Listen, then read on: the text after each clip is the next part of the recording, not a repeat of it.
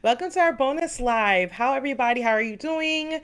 What's up? I wanted to hop on here because I thought it was really important to kind of share this information and kind of go over this with everybody. So, if you notice, we have been doing getting to gold conversations where we bring in entrepreneurs and individuals who are currently working in and on their business. We've had a marketer, and then our last episode was a serial entrepreneur. And I wanted to encourage you guys to also participate in this. We'll be looking for people who are entrepreneurs as well to join us on the show. I'm going to place the link and application process below if you're interested in kind of sharing with others and sharing on our platform what your business is and what you do.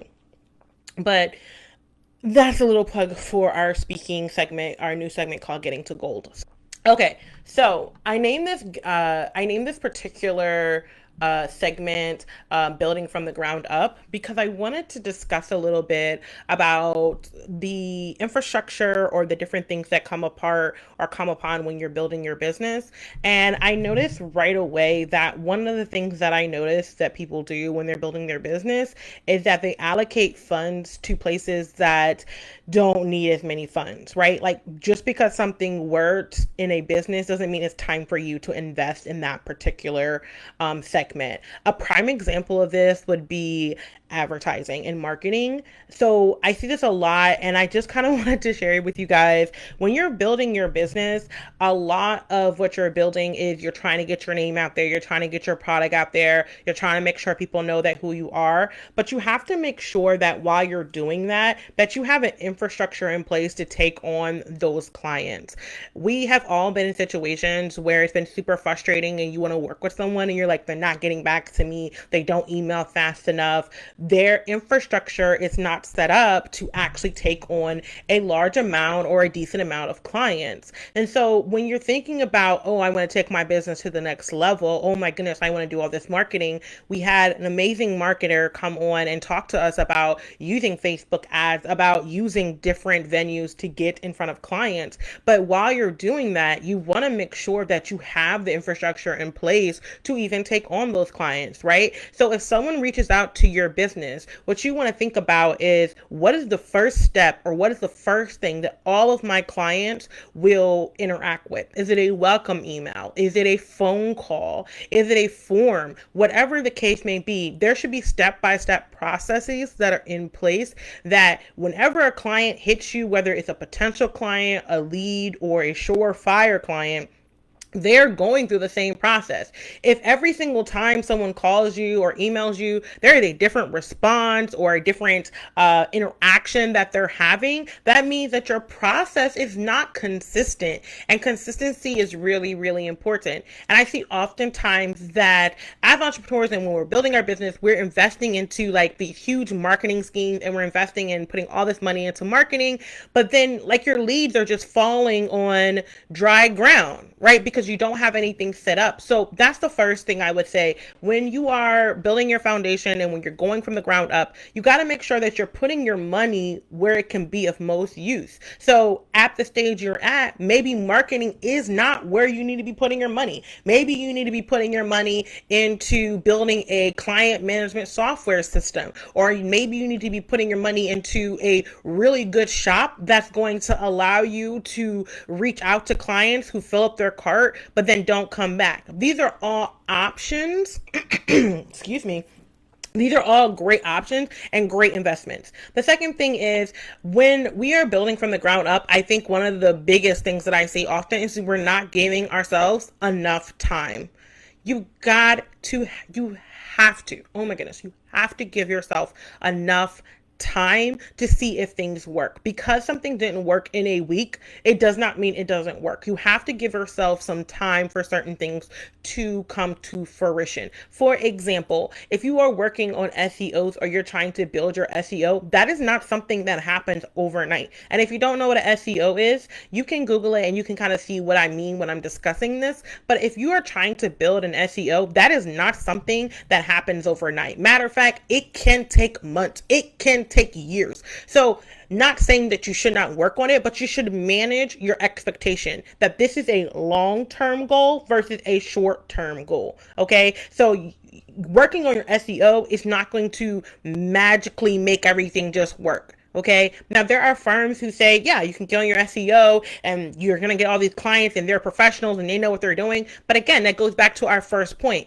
If you have a bomb SEO and people are coming to your site and they're coming to your business, are you prepared to handle that intake? You have to have the infrastructure to handle what you're asking for. So even if you start booming, we're going back to our first one. We want to make sure our foundation's in place. So that's the second thing. Some things just take time. There's nothing around it. There's nothing you can do around it. It just takes time. And you have to be okay with that. There are some things that are give you immediate results, and there are some things that are going to take time to build. The third thing is be nice to your clients and customers. I don't know. I see this way too often, and I know none of you guys are going to do this, but I just want to remind you, like, clients and customers, they are your bread and butter, right? Like, they are how you make money. And so you want to remember that even if they're getting on your nerves or asking a bunch of questions, maybe that's an indicator that something's missing in your process. Maybe you're not being as clear as you think you can be. Maybe there is room for you to improve. Now, that's not to say there won't be difficult clients and customers. There will always be difficult clients and customers, but you can create each experience as a learning experience to improve, right? So if you have a difficult customer, you can look at that process and say, what could we have done better? What should I do differently and change? For me, example, I always feel like I'm being super clear with you guys. Like, I always feel like I'm being super clear with my clients. I'm telling them expectations. I'm telling them what's going to happen. But I have gotten feedback saying like, oh, I didn't know this was going to happen, or I didn't understand when you said that. And so I have learned to implement new changes to make it better for my clients. If I'm not careful, or if you're not careful, you'll blame your clients for being stupid or silly or ridiculous. And that feeling rubs off. Like, your clients and your customers can feel when you're kind of being derisive to them or kind of looking down upon them. And that's not what we want. We want our customers and clients to feel welcome and that we appreciate their business. There is a reason that these $1 million, $1 billion businesses have customer appreciation sales, and yeah, they trying to make money, but they're also, if they understand that when clients or customers feel comfortable coming to you, working with you, shopping from you, they will come back, because people are creatures of habit. And some of your greatest marketing and your greatest advertising is going to come from people who are happy to have worked with you. They are pleased with their experience. If you don't like somebody, you tell it from the rooftops. But when people like someone, they also shout it from the rooftops. People recommend people, and a referral for someone that trusts someone else is a more powerful marketing tool than an ad on Facebook or an ad on Instagram. Now, I'm not negating those things are important. That's not what I'm saying. Hear what I'm saying. What I'm saying is, don't forget that as much as your business is important, as much as your goods are important, your clients and customers are just as important. And it's not just we're having a customer appreciation day. It's you treat them with respect. You treat them with kindness. If you need to take a moment because you're feeling some type of way about a situation, you take a moment. But at the end of the day, you cannot buy back your reputation. So whether that client or customer is acting up, they're going to walk away from this experience and they're going to do whatever they're going to do. But your business is here to stay. And so you want to build a reputation. Think about Chick-fil-A. Chick-fil-A has the reputation of being a really great fast food restaurant, right? Everyone who goes to Chick-fil-A says everyone at Chick-fil-A is super, super nice. Whether you feel any way about their political stand or what they have said in the past, across the board, everyone says that Chick-fil-A is nice, that their service is consistent, that their food is always hot. And that's what you want for your business. That way, that even when you may have a bad review or someone who tries to come for your business, your reputation with your other clients, the way you treat your other customers, one, you know it's impossible that could have happened because you're so consistent consistent, treating your customers and clients right. And two, two, your other clients and customers will come to your defense, right? They'll say that's impossible. Such and such would never do that. I've interacted with them tons of time. They've always been amendable. They've always been kind. They've always been great. They've always been consistent. Okay. So when we're building our business from the ground up, number one, you want to make sure you allocate your money to where it actually needs to be, not where you think it should be. Right? You always want to make sure that your processes are in place and you're putting the money where it needs to be. Number two, what was number two? Number two, you want to make sure that you understand that things are just going to take time. Things are just going to take time. Some things take time, and that's okay.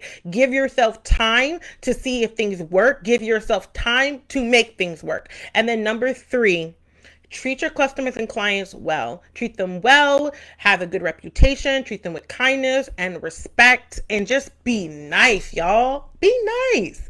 Yes, customer service is really, really important. And I know small business owners suffer with this a lot, where people are like, I don't want to shop this, or I don't want to do this because they're not, they're whatever, and they're not being nice, and they don't have customer service. And the idea that the customer is always right may not always be right. Like for me, customers can't always be right because sometimes you're wrong.